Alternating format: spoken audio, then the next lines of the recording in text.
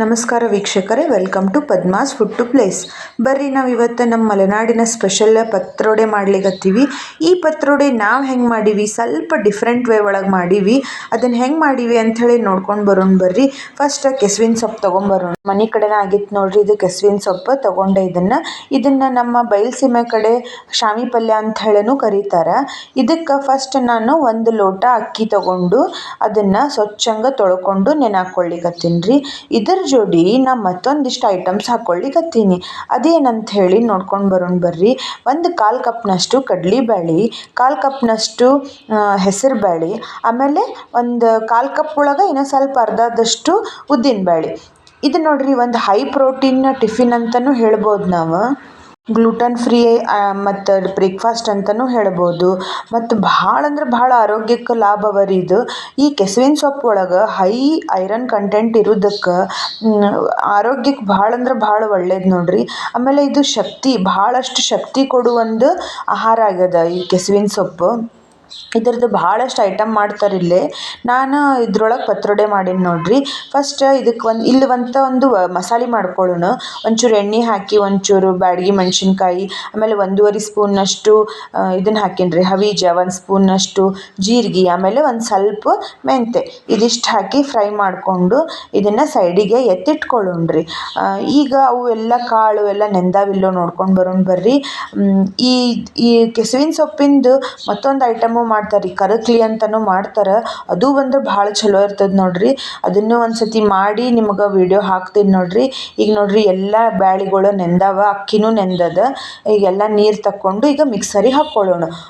ಎಲ್ಲ ಒಟ್ಟಿಗೆ ಹಾಕಿಬಿಡ್ಬೋದು ರೀ. ಅಕ್ಕಿ, ಬ್ಯಾಳೆ, ಆಮೇಲೆ ಅದೇನು ನಾವು ಮಸಾಲೆ ಮಾಡ್ಕೊಂಡಿರ್ತೀವಲ್ಲ ಆ ಮಸಾಲೆ ಎಲ್ಲ ಒಮ್ಮೆ ಮಿಕ್ಸರ್ ಮಾಡ್ಕೋಬೇಕು. ನೀರು ಹಾಕ್ಲಿಕ್ಕೆ ಹೋಗಬಾರ್ದು, ಯಾಕಂದ್ರೆ ಆಲ್ರೆಡಿ ಅವು ನೆಂದಿರ್ತಾವಲ್ಲ, ಅದ್ರೊಳಗೆ ನೀರಿನ ಅಂಶ ಇರ್ತದೆ. ನೋಡಿ ಸ್ವಲ್ಪ ನೀರು ಹಾಕಬೇಕು. ಇದು ಹೆಂಗಂದ್ರೆ ಭಾಳ ತೆಳು ಆಗಬಾರ್ದು ರೀ, ಇದು ಸ್ವಲ್ಪ ಗಟ್ಟಿನೇ ಇರಬೇಕು ಹಿಟ್ಟು. ಆಮೇಲೆ ಇದಕ್ಕೊಂದು ಸ್ವಲ್ಪ ಹುಣಸೆಹಣ್ಣು ಹಾಕ್ತೀನಿ ನೋಡ್ರಿ. ಈ ಹುಣಸೆಹಣ್ಣು ಹಾಕಲೇಬೇಕು, ಯಾಕಂದ್ರೆ ಆ ಕೆಸುವಿನ ಸೊಪ್ಪು ಹಂಗೆ ನಾವು ಇದು ಮಾಡಿಬಿಟ್ರೆ ಬಾಯಿ ಎಲ್ಲ ತುರುಕಿ ಬರ್ತದಂತ. ಅದಕ್ಕೆ ಹುಣಸೆಹಣ್ಣು ಹಾಕಬೇಕು. ಉಪ್ಪು ಹಾಕಿದೆ, ಒಂದು ಸ್ವಲ್ಪ ಬೆಲ್ಲನೂ ಹಾಕಿದ್ದೆ, ಟೇಸ್ಟ್ ಒಂಚೂರು ಚಲೋ ಬರ್ತದಂತ. ಆಮೇಲೆ ಹಸಿ ಕೊಬ್ಬರಿ ಹಾಕಬೇಕು. ಇದಿಷ್ಟು ಹಾಕಿ ಮಿಕ್ಸರ್ ಮಾಡ್ಕೊಂಡು ಬಂದೆ ನೋಡ್ರಿ. ಇಷ್ಟು ಸ್ಮೂತ್ ಆಗಿರಬೇಕು. ಆಮೇಲೆ ಈ ಕನ್ಸಿಸ್ಟೆನ್ಸಿ ಒಳಗೆ ಇರಬೇಕು.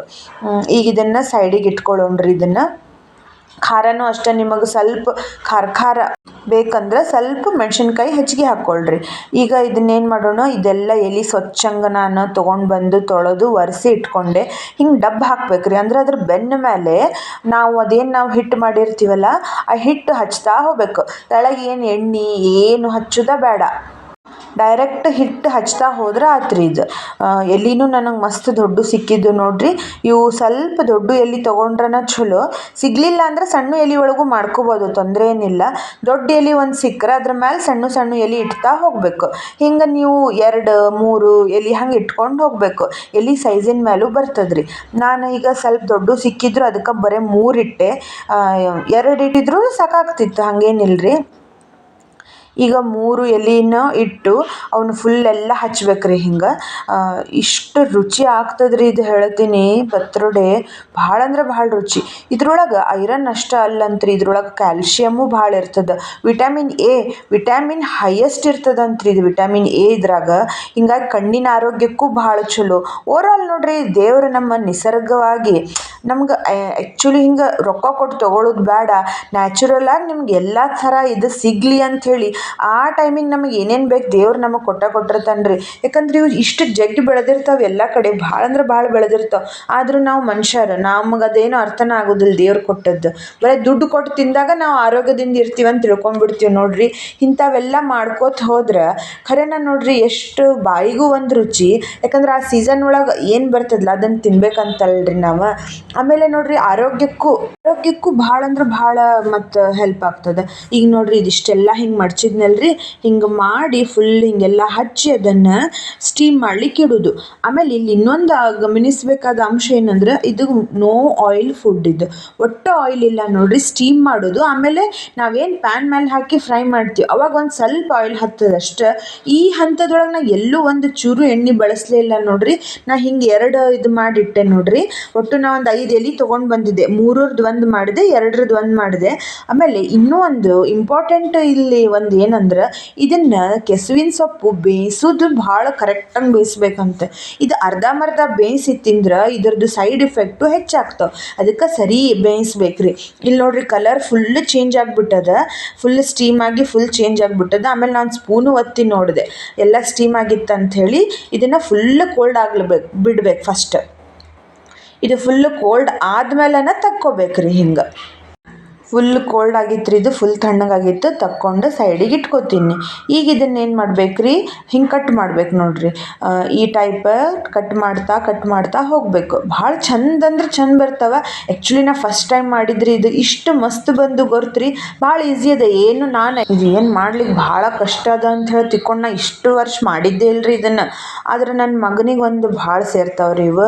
ಅಮ್ಮ ಅದನ್ನು ಮಾಡನಿ ಅಂಥೇಳಿ ಬೆನ್ನು ಹತ್ತಿದ. ಅದಕ್ಕೆ ನಾನು ನಮ್ಮ ಪಕ್ಕದ ಮನೆಯವ್ರಿಗೆ ಕೇಳ್ಕೊಂಡು ಇದು ಮಾಡಿದೆ ನೋಡ್ರಿ. ನಮ್ಮ ಫ್ರೆಂಡ್ ವಾಣಿ ಅಂತಿದ್ದಾರೆ, ಅವ್ರು ಹೇಳ್ಕೊಟ್ಟಾರ್ರಿ ನನಗೆ ಇದನ್ನು. ಇಷ್ಟು ರುಚಿಯಾಗಿತ್ತು ಹೇಳ್ತೀನಿ, ಭಾಳ ರುಚಿಯಾಗಿತ್ತು. ಈಗ ನಾವು ಅದೇನು ಕಟ್ ಮಾಡ್ಕೊಂಡಿರ್ತೀವಲ್ರಿ ಹಂಚ ಮೇಲೆ ಒಂಚೂರು ತೆಂಗಿನ ಎಣ್ಣೆ ಹಚ್ಚಿಟ್ಟಿನಿ ನೋಡ್ರಿ ನಾ ಇಲ್ಲಿ. ಇಲ್ಲಾಂದ್ರೆ ನೀವು ಸಾದಾ ಎಣ್ಣೆನೂ ಹಚ್ಬೋದು.